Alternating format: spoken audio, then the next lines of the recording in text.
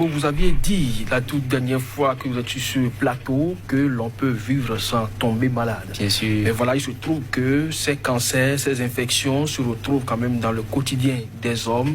Est-ce que vous pensez, au-delà de ces traitements que vous préconisez, qu'on peut vivre d'une certaine manière pour ne pas souffrir de ces infections, de ces cancers? Oui, là, je vais donner 21 astuces.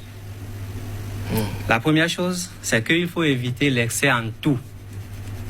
L'excès en tout, il faut éviter ça si vous voulez vivre sans tomber malade. Deuxième chose, c'est que si vous mangez, que vous constatez que ce que vous avez mangé a pris du temps avant de digérer, avant d'être digéré dans votre organisme, juste après ça, il faut pouvoir faire quoi? Il faut prendre du charbon, un peu de charbon de bois. Vous mangez et vous buvez là-dessus. Si vous buvez là-dessus, ça va sortir correctement 2 jours après ou bien 3 jours après. Parce que le charbon capte les gaz. Plus un aliment dure dans l'organisme, plus ça produit de gaz. Et c'est ces gaz qui peuvent remonter maintenant au niveau du cerveau pour que vous ayez mal de tête. Donc si vous prenez du charbon là, vous allez voir que les gaz qui remonteraient là ne vont plus remonter et vous allez chigner facilement. Maintenant, si vous avez les maux de tête, charbon plus ail, c'est-à-dire vous prenez une gousse d'ail, vous enlevez la robe, vous mangez, vous ajoutez un morceau de charbon. Vous mangez, vous buvez de l'eau là-dessus, vous allez voir que l'ail, c'est un vasodilatateur. Et le charbon, c'est un capteur donc de gaz. Alors, les gaz qui remontaient au niveau du cerveau pour que vous ayez les maux de tête là, les gaz là seront absorbés et ça va cesser. Troisième chose, il faut manger si et seulement si vous aviez faim. Il faut manger si et seulement si vous avez faim. Il ne faut pas manger parce que la nourriture est disponible. Autre chose, c'est qu'il faut pardonner. Il faut pardonner, c'est-à-dire que quand quelqu'un vous offense, il faut le pardonner. Sinon, si vous ne pardonnez pas, vous allez, c'est-à-dire créer des maladies, c'est-à-dire des pertes d'électrons au niveau de vos cellules. Donc la rancune n'est pas une bonne chose. Autre chose, il faut rire dans une journée, là, du matin jusqu'au soir, il faut rire au moins pendant 1 minute, c'est-à-dire le temps de votre rire durant toute la journée là doit faire au moins 1 minute. Bon, vous pouvez faire ça d'un seul coup, comme vous pouvez aussi étendre ça sur toute la journée. Autre chose, il faut manger du cure-dent. Le cure-dent, ça contient du calcium et du fer. Le cure-dent naturel à l'eau. Il y a d'autres cure-dents qui sont sur le terrain maintenant. Je ne parle pas de ces cure-dents, je parle de à l'eau. Autre chose, évitez de manger le riz le matin parce que ça ne contient pas de la vitamine C. Il faut démarrer toujours la journée avec de la vitamine C. Et un riz que vous aviez préparé, ça veut déjà fait 4 heures de temps, n'est plus consommable. Autre chose, pour se laver, il faut d'abord verser l'eau. Si vous êtes sous la douche, il faut verser d'abord l'eau sur le pied gauche avant de l'envoyer sur le pied droit. Et puis après, maintenant, sur la tête et commencez par vous laver. Je ne demande pas de commencer par se laver avec l'éponge au niveau à partir des pieds. Non. C'est-à-dire qu'il faut d'abord verser l'eau là sur le pied gauche et après pied droit et vous commencez par la suite. Et pas vous laver au niveau de la tête. Autre chose. Pourquoi c'est bon de le faire? Oui, c'est bon de le faire parce que tous nos organes ont leur correspondant, leur terminaison au niveau des pieds, des plantes des pieds. Si vous envoyez l'eau sur d'abord les pieds, surtout au niveau du côté gauche, c'est que vous aviez informé le système parasympathique et systématique à faire quoi? À informer le cerveau pour dire qu'il y a telle température qui veut venir. Donc, il ne faut pas faire trop de décharge électrique. Voilà. Sinon, quelqu'un, par exemple, qui est épileptique, si on lui envoie directement de l'eau sur la tête, il peut tomber. Comme quelqu'un qui souffre de l'hypertension, si on lui envoie directement de l'eau sur la tête, il peut aussi faire hémiplégie. Donc, il faut commencer par le pied. Autre chose, programmez-vous à faire des bains de vapeur. Bains de vapeur, c'est ça que j'appelle la fois passée sauna africain. C'est-à-dire, il faut faire une infusion, c'est-à-dire une décoction, rester nu au-dessus de ça pour que les gaz là, donc, puissent rentrer dans vos narines, dans votre bouche, tout. Vous pouvez faire ça tous les mois ou bien tous les 2 mois.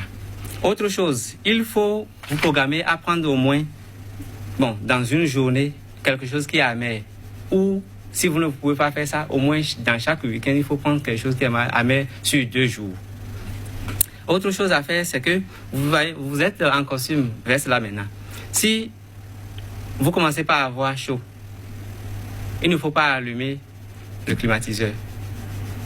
Ce qu'il faut faire, c'est qu'il faut enlever maintenant la veste et la faire remplacer par autre habit souple pouvant capter donc de l'oxygène naturel. Autre chose à faire, dans tout ce que vous allez manger ou boire, il faut mettre de la potasse. Moi, quand on m'invite à prendre une boisson, moi je vérifie toujours ce qui est écrit sur la boisson, quand bien même ce n'est pas tout ce qui est écrit qui est vrai, mais il y a des boissons quand même que moi je préfère donc au détriment d'autres. Et pourquoi la potasse? Oui, la potasse, parce que la potasse va permettre à tout ce que vous aviez consommé qui contient de sel de cuisine là, d'être absorbé par les cellules. Sinon, si le sel n'est pas absorbé, le sel va rester dans l'organisme, ou bien si le sucre n'est pas absorbé, le sucre va rester dans l'organisme, ou bien l'huile va rester dans l'organisme, et les déchets vont les capter, ça va former donc des thromboses sur la circulation du sang. Le sang ne pourra pas bien circuler. Et quand il y a affluence, ou bien ça dit il y a plus circulation, ça dit qu'il y a go solo. Donc, quand il y a go solo, vous savez ce que se passe. Voilà. Donc, autre chose, activité sportive après les repas du soir. Donc, il faut faire une activité sportive après les repas du soir pour que la sueur puisse sortir. Et ça va faire brûler aussi les graisses. Ça va faire brûler les énergies non utilisées depuis le matin. Évitez de regarder ou d'entendre tout événement stressant pendant que vous êtes en train de manger. Parce que ce que vous mangez aussi a de la mémoire. Ça a de l'eau et l'eau a de la mémoire. Parce qu'on peut parler sur l'eau et donner ça à quelqu'un, il va boire et il va trouver guérison. Donc tout ce que nous mangeons, si nous avons une autre impression, c'est-à-dire une idée stressante, ça va affecter la nourriture et c'est cette nourriture qui va affecter alors nos cellules. Et les cellules vont dysfonctionner.